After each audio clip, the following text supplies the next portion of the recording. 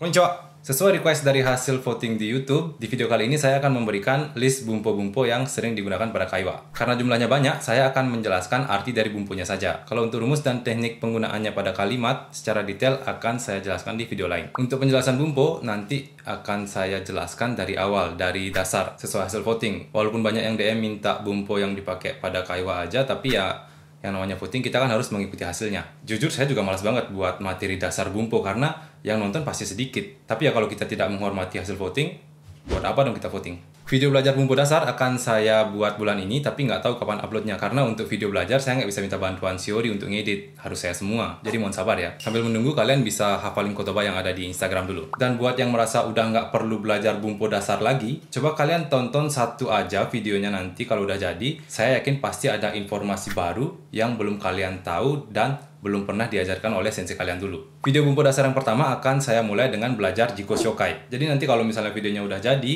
coba kalian tonton, coba 1 menit aja. Kalau merasa nggak ada value-nya buat kalian, nggak apa-apa, close aja, nggak usah dilanjutin. Tapi coba nonton dulu ya, oke? Kembali ke topik utama, bumpo apa aja sih yang sering digunakan dalam kaiwa? Saya akan menjelaskan 20 bumpo yang menurut saya paling sering digunakan di percakapan sehari-hari. Langsung aja kita mulai dari nomor 20.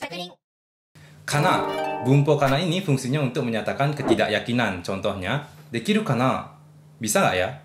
Daijoubu kana? Apa tidak apa-apa ya?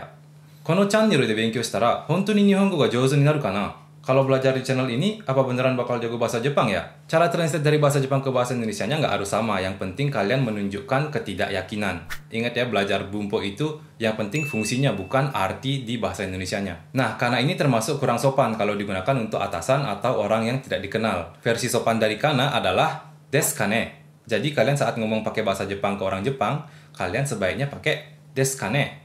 Jangan pakai kana, kecuali ke teman dekat. Di urutan ke-19 ada ke. Ke ini adalah bumpo N3. Bumpo ini digunakan saat kalian lupa akan sesuatu dan ingin memastikannya ke lawan bicara. Contoh, Tanjubi wa itsu deshitakke? Kamu ulang tahunnya kapan ya? Nah, dari kalimat ini kita bisa tahu kalau yang nanya ini sebelumnya sudah tahu kapan lawan bicaranya ulang tahun, tapi dia lupa. Hal yang harus diperhatikan di bumpo ini adalah kata lupa. Bedakan lupa dan tidak tahu. Kalau kalian sudah tahu, terus kalian lupa, dan setelah itu kalian mau nanya lagi untuk memastikan, kalian boleh pakai bumpo ke. Tapi kalau dari awal kalian memang nggak tahu, kalian nggak boleh pakai bumpo ke. Karena bumpo ke ini fungsinya untuk memastikan hal yang sudah kita tahu, tapi kita lupa. Kalau memang dari awal kalian nggak tahu, jangan pakai bumpo ini. Terus kalau kita mau nanya sesuatu yang kita tidak tahu gimana dong? Ya pakai desu ka. Tanjoubi wa itsu desu ka? Kamu kapan ulang tahun? Ini untuk menanyakan hal yang tidak kita tahu sebelumnya. Di urutan ke-18 ada bumpo toka. Bumpo ini berfungsi untuk menyatakan contoh. Itu aja sih, udah pada tahu kan ya. Hal yang mungkin kalian belum tahu tentang bumpo ini adalah toka bukan hanya digunakan untuk menunjukkan contoh dari kata, tapi juga bisa digunakan untuk contoh kalimat. Nah, contoh kata yang saya maksud itu adalah kayak gakkou toka, hotel toka, koen toka. Misalnya sekolah, misalnya hotel, misalnya taman. Itu untuk yang contoh kata. Tapi kalau kita mau pakai contoh toka sebagai contoh kalimat, bisa kayak gini. Yasumi no hi wa mall ni ittari toka koen o sanpo shitari toka shitemasu. Pas hari libur, aktivitas yang biasanya saya lakukan adalah pergi ke mall atau jalan-jalan di taman. Bumpo nomor 17. Te morau, te kureru. Sebenarnya kedua bumpo ini punya satu teman lagi, namanya te ageru atau te aru. Tapi biar kalian nggak bingung, saya akan jelasin te morau dan te kureru aja. Untuk menguasai te morau dan te kureru, penjelasan secara singkat nggak akan cukup karena pemakaiannya agak ribet. Tapi sayangnya orang Jepang sangat sering pakai bumpo ini. Jadi mau nggak mau, kalian harus menguasai bumpo ini untuk bisa jago ngomong bahasa Jepang. Penjelasan lengkapnya akan saya jelaskan suatu hari nanti, ditunggu aja. Sekarang saya jelasin sesingkat mungkin. Fungsi bumpo ini adalah untuk menyatakan suatu perbuatan yang menguntungkan suatu pihak. Arti te morau dan te kureru ini mirip sama te kudasai. Dan pada prakteknya, te morau dan te kureru ini lebih sering digunakan dibanding te kudasai. Karena te kudasai itu termasuk kurang sopan di Jepang. Kaget nggak tuh? Te kudasai yang kita tahu sebagai bahasa yang sopan, ternyata nggak sopan-sopan banget. Karena te kudasai itu memiliki kesan perintah. Contohnya kayak gini. Sono boru o totte kudasai. Tolong ambil bola itu. Sopan nggak? Sopan. Sono boru o totte kureru. Bisakah kamu mengambilkan bola itu untuk saya? Nah, walaupun ada kata tolong di bumpo te kudasai, tapi te kureru ini memiliki tapi tekureru ini memiliki makna yang lebih sopan dan merendahkan diri. Makanya orang Jepang lebih sering pakai temorau dan tekureru dibanding tekudasai. Atau dalam pekerjaan mereka pakai versi yang lebih sopan lagi, yaitu te itadakeru atau tekudasaru. Mungkin kalian pernah dengar bla bla bla te itadakenai desho ka. Nah, itu perubahan dari bumpo temorau. Nomor 16. No wa, no ga, no o. Bumpo yang sering dikira bukan bumpo, dikira cuma pajangan aja. Fungsinya simple tapi past tense. Mengubah kalimat di depannya menjadi objek. Contoh, asagohan o taberu. Saya makan pagi. Kalimat di atas, kalimat di samping ini, predikatnya adalah makan. Kalau kita pakai bumpo no wa, no ga, atau no o, kita bisa ubah kata di atas, maksud saya kalimat di atas, jadi sebuah objek. Kayak gini. Asagohan o taberu no o wasureta. Saya lupa makan pagi. Kata makan pagi, asagohan o taberu, berubah jadi objek. Dan kata lupa, wasureru, adalah predikat di kalimat ini. Itu aja sih untuk no wa dan no ga juga sama. Bedanya cuman no o itu diikuti kata kerja, no wa, no ga diikuti kata sifat. Bumpo nomor 15 adalah te. Bumpo te ini berfungsi untuk mengutip sesuatu. Caranya gampang. Kalian tinggal tulis kalimat yang ingin kalian kutip, terus ditambah te belakangnya, beres. Kalian bisa cek pemakaiannya di video listening kami, karena bumpo ini sangat benri, jadi sangat-sangat recommended. Recommended itu ususume, sangat-sangat disarankan untuk dikuasai penggunaannya. Bumpo nomor 14, chatta. Bumpo ini cuma singkatan dari bumpo te shimatta yang kalian pelajari di buku N4, harusnya ada di sana. Te shimatta ini punya dua fungsi utama, yaitu menyatakan ketidaksengajaan dan menyatakan suatu aktivitas yang dilakukan secara penuh atau tidak setengah-setengah. Nah, ada dua fungsi lagi kalau nggak salah, tapi yang sering dipakai adalah dua fungsi utama ini, menyatakan ketidaksengajaan dan menyatakan suatu aktivitas yang dilakukan secara penuh atau tidak setengah-setengah. Buat yang lupa sama pemakaiannya, bisa cek buku N4, biasanya namanya te shimaimashita. Buat yang belum pernah belajar bumpo ini, nanti akan saya jelaskan di video bumpo dasar. Dalam percakapan sehari-hari, bukan te shimaimashita atau te shimata yang dipakai, melainkan versi singkatnya, yaitu chatta atau jatta, tergantung kata kerjanya. Nomor 13, jang dan janai. Ini bumpo N3. Beda dengan janai yang kalian pelajari di N5 yang berarti tidak atau bukan. Bumpo jang ini fungsinya mirip dengan kata kan dalam bahasa Indonesia, atau desho dalam bahasa Jepang. Atau lebih sopannya, janai desu ka, tanpa tanda tanya. Sedangkan untuk bumpo janai digunakan untuk menyatakan pendapat, sekaligus menanyakan balik pendapat dari lawan bicara. Jadi kayak, menurutku sih gini, menurut kamu gimana? Saya sih biasanya pakai kata kali ya, memberi pendapat sambil nanyain pendapat dari lawan bicara. Gitu kali ya? Gini bukan ya? Gini ya? Gitu ya? Mungkin ada kata yang lebih tepat untuk mentranslate kata ini dalam bahasa Indonesia, tapi yang perlu kalian pahami itu adalah makna bumponya, yaitu menurutku sih gini, menurutmu gimana? Mengatakan pendapat, terus nanya pendapat dari lawan bicara. Untuk bentuk sopannya, bentuk sopan dari janai adalah janai desu ka? Pakai tanda tanya. Bentuk sopan dari jang dan janai ini mirip, tapi yang satu ada n dan pakai tanda tanya, yang satunya enggak. Dan intonasinya juga beda. Yang jang itu datar, janai desu ka? Bla bla bla janai desu ka? Terus yang janai desu ka? Agak rumit kedengarannya, tapi bumpo ini nggak susah kok. Cara terbaik memahami bumpo ini adalah dengan cara mendengarkan penggunaannya berkali-kali. Nanti kalian bakal paham sendiri kapan harus menggunakan bumpo ini dan bagaimana arti sebenarnya dari bumpo ini. Banyak-banyakin aja listening. Bumpo nomor 12. Bumpo nomor 12. Kara made. Ini bumpo yang 5. Kara artinya dari, made artinya sampai. Itu doang sih, gampang. Tapi ada bumpo te kara, bumpo N5 atau N4 saya lupa, yang mirip sama kara tapi fungsinya beda, dan bumpo made ini yang mirip sama bumpo made tapi fungsinya beda. Jadi kalian harus pahami juga apa fungsi dari te kara dan made ini untuk menguasai penggunaan kara dan made. Lanjut, bumpo nomor 11, so yo mitai rashi. Nah, bumpo-bumpo ini punya arti yang sama, yaitu katanya dan kayaknya. Tapi khusus bumpo so, kalau rumusnya diubah sedikit, artinya bisa berubah jadi kelihatannya. Contoh, atsui ditambah so, bisa atsui so yang artinya katanya panas, bisa juga atsuso, i-nya dihilangkan, terus artinya berubah jadi kelihatannya panas. Ini tergantung rumus aja. Kalau kalian pakai rumus yang tanpa dicoret i-nya, artinya jadi katanya. Kalau kalian coret i dari kata sifat, artinya akan berubah menjadi kelihatannya. Ini akan saya ajari nanti di video dasar bumpo, oke? Nomor 10, bumpo yang dipandang sebelah mata di N5. Anak kalimat. Saya nggak tahu apa bumpo ini ada di buku lain atau enggak. Biasanya sih ada, harusnya sih ada. Tapi yang jelas bumpo ini ada di bab 20-an di Minnan Nihongo. Kalau nggak salah, kalau nggak salah bab 23 di Minnan Nihongo. Saya lupa juga. Nanti tolong dicari, cek sendiri ya. Fungsi anak kalimat adalah menjelaskan kata benda dengan menggunakan kalimat. Ini sangat-sangat penting dalam bahasa Jepang. Contoh, Mugiwara boshi o kabutteru otoko. Pria yang memakai topi jerami. Mugiwara itu jerami, boshi itu topi. Kabutteru make dari atas itu kabutteru namanya. Terus otoko pria. Nah, di sini kata bendanya adalah otoko atau pria, dan penjelasan dari kata benda tersebut adalah Mugiwara boshi o kabutteru, memakai topi jerami. Fokus utamanya apa? Pria. Anak kalimat cuman menjelaskan pria yang bagaimana. Dia cuman memperjelas pria mana yang dimaksud.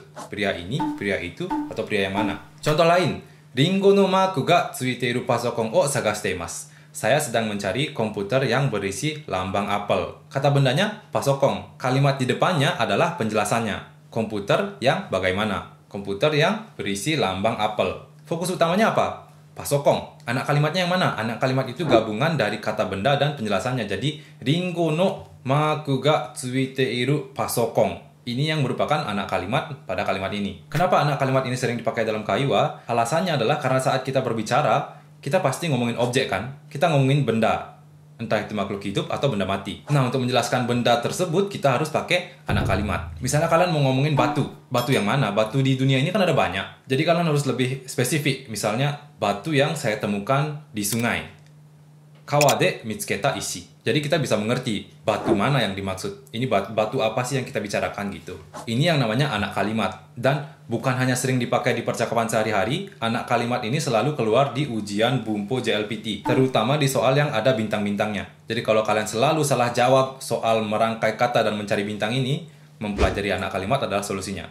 Di urutan ke-9 ada tara, ba, to, bumpo N4. Ketiga bumpo ini fungsinya sama, tapi pemakaiannya sedikit beda. Tapi saran saya biar nggak ribet, kalian pas ngomong pilih aja tara. Karena tara itu fungsinya luas. Jadi aman, nggak akan salah pemakaiannya. Fungsinya sama dengan kata kalau di bahasa Indonesia. Mungkin banyak yang mikir kalau dalam bahasa Jepang itu moshi. Tapi kalau kalian perhatikan dengan baik, di kalimat yang ada kata moshi, pasti ada salah satu dari tiga bumpo ini. Entah itu tara, ba, atau to. Moshi itu sebenarnya cuma pemanis aja. Yang berarti kalau adalah bumpo-bumpo ini. Jadi kalau kalian mau bikin kalimat pakai kata kalau, yang penting itu bumpo tara, ba, dan to ini, bukan moshinya. Moshinya bisa dihilangkan. Bumpo nomor 8. Temo. Ini juga gampang banget.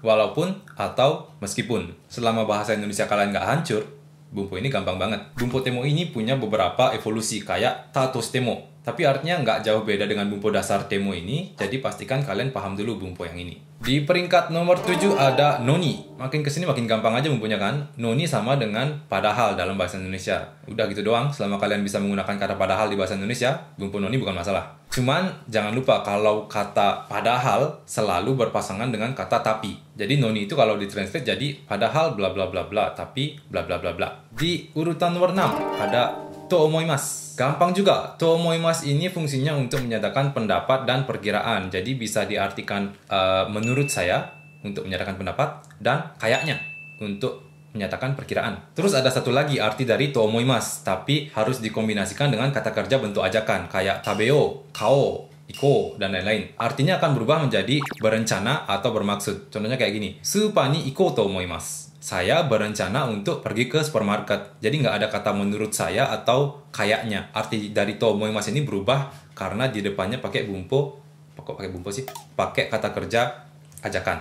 Peringkat nomor 5. Kara node. Fungsi kara dan node adalah menyatakan alasan dari sesuatu. Dalam bahasa Indonesia bisa pakai karena, makanya, atau jadinya. Terserah kalian sukanya yang mana. Kalian bebas mau pakai kara atau node, cuma node itu lebih sopan dari kara. Tapi kalian boleh pakai kara ke siapapun, karena kara juga sopan. Saya sih kalau ngomong sama Shiori dan keluarganya, saya pakai kara. Kalau saya ngomong sama atasan atau orang lain, saya pakai node. Bumpo nomor 4, kedo. Fungsi utama kedo adalah untuk menyatakan sesuatu yang berlawanan, atau lebih tepatnya menghubungkan dua kalimat yang artinya berlawanan. Sama kayak bumpo ga. Tapi dalam kaiwa di Jepang, kebanyakan pada pakai kedo, karena ga itu terkesan kaku. Dalam bahasa Indonesia, untuk menghubungkan dua kalimat yang berlawanan, kita pakai kata tapi. Jadi kedo itu fungsinya sama kayak tapi. Terus ada satu lagi fungsi dari kedo ini yang nggak ada di buku, tapi sangat-sangat sering digunakan oleh orang Jepang dalam kaiwa. Di video percakapan di channel ini kalian bisa cek nanti. Di subtitlenya kami ngomong kedo berkali-kali, tapi tapi nggak semua kedo saya translate pakai kata tapi. Ada satu fungsi lagi dari kedo. Ada yang tahu nggak? Nggak ada kayaknya, soalnya nggak ada di buku.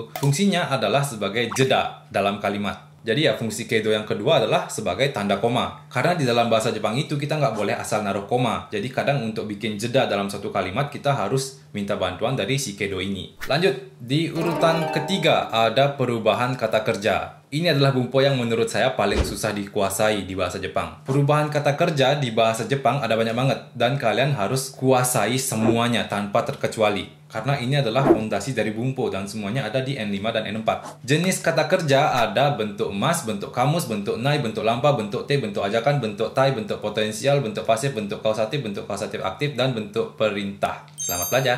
Lanjut ke peringkat kedua ada T. Nggak nyangka kan ya bumpo semudah T bisa ada di sini. Bumpo T adalah bumpo yang harus banget dikuasai biar kalian ngomongnya nyambung. Di video listening Cakuring Fufu nggak terhitung berapa kali kami pakai bumpo ini. Fungsi yang sering dipakai ada dua. Yang pertama adalah menyatakan kejadian secara berurutan. Contohnya, gohan o tabete, osara warate, shawa o abimasu. Saya makan, habis itu saya cuci piring, setelah itu saya mandi. Pas translate sebenarnya nggak usah pakai kata habis itu atau setelah itu. Kalian bisa translate lebih singkat kayak saya makan, cuci piring, mandi. Tapi harus berurutan, nggak boleh diacak, harus sesuai kenyataan. Bumpo ini sering digunakan di kaiwa karena ya pas kita percakapan itu kita kan biasanya menceritakan aktivitas ya. Bumpo ini juga digunakan untuk menjelaskan sesuatu. Menjelaskan sesuatu itu ada urutannya kan. Jadi pertama ada kejadian A, setelah itu ada kejadian B, terus ada kejadian C dan seterusnya. Itu pakai bumpo T juga. Fungsi kedua dari bumpo T ini adalah menyatakan penyebab. Ini banyak yang nggak tahu kayaknya. Bumpo T itu berfungsi untuk menyatakan sebab dan akibat. Sama juga dengan D. D ini kadang dia dipakai sebagai partikel, tergantung jenis kata yang ada di depannya. Kalau kata kerja dan kata sifat I, pakai T. Kalau kata benda dan kata sifat na, pakai D. Contoh, shukudai o wasurete, sensei ni okorareta. Saya lupa buat PR, terus dimarah sama guru. Apa alasan guru marah? Karena si subjek lupa buat PR, sebab dan akibat. Penyebabnya lupa buat PR, akibatnya guru jadi marah. Contoh lain lagi, sekarang pakai D. Jiko de densha ga tomatta. Keretanya berhenti karena ada kecelakaan. Penyebabnya kecelakaan, akibatnya kereta berhenti. Sebab dan akibat juga. Inilah dua fungsi utama dari bumpo T yang sangat-sangat sering digunakan pada kaiwa. Akhirnya saatnya kita reveal bumpo yang paling sering digunakan dalam kaiwa bahasa Jepang. Saya yakin kalian juga setuju dengan bumpo yang ada di urutan nomor 1 ini. Partikel.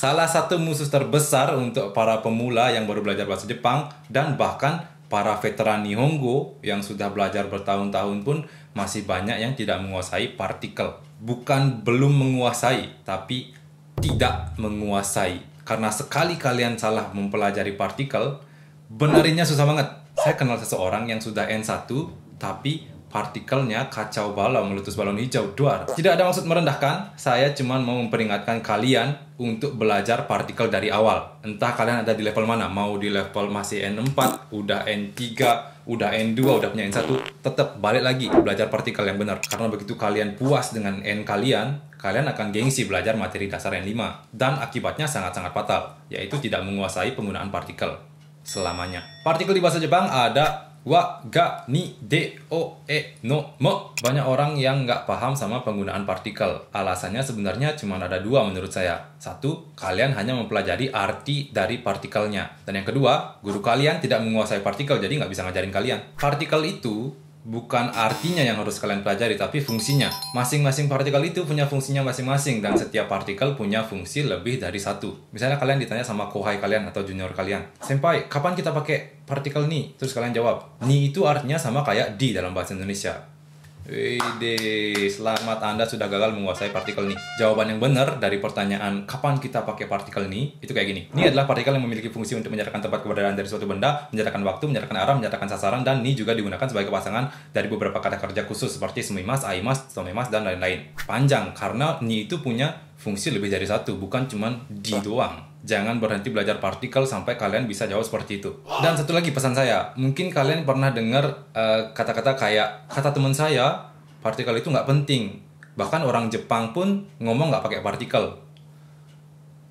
Itu fix teman kalian goblok. Nggak mungkin orang Jepang ngomong nggak pakai partikel. Kalimatnya bakal hancur lebur tanpa partikel. Maknanya bakal berubah. Orang yang diajak ngomong nggak bakal ngerti. Orang Jepang kadang menghilangkan partikel pada kalimat yang memang sudah terlalu jelas partikelnya apa. Jangankan partikel, subjeknya pun dihilangkan sama orang Jepang kalau memang sudah terlalu jelas. Jadi jangan pernah percaya sama orang yang bilang partikel itu nggak penting. Partikel itu alat terbaik untuk menyampaikan makna kalimat dengan benar. Kalau nggak ada partikel, kalimatnya bakal amburadul, maknanya bakal kesana-kesini, nggak bakal paham. Penjelasan lengkap dari partikel akan saya jelaskan di video lain. Sabar ya.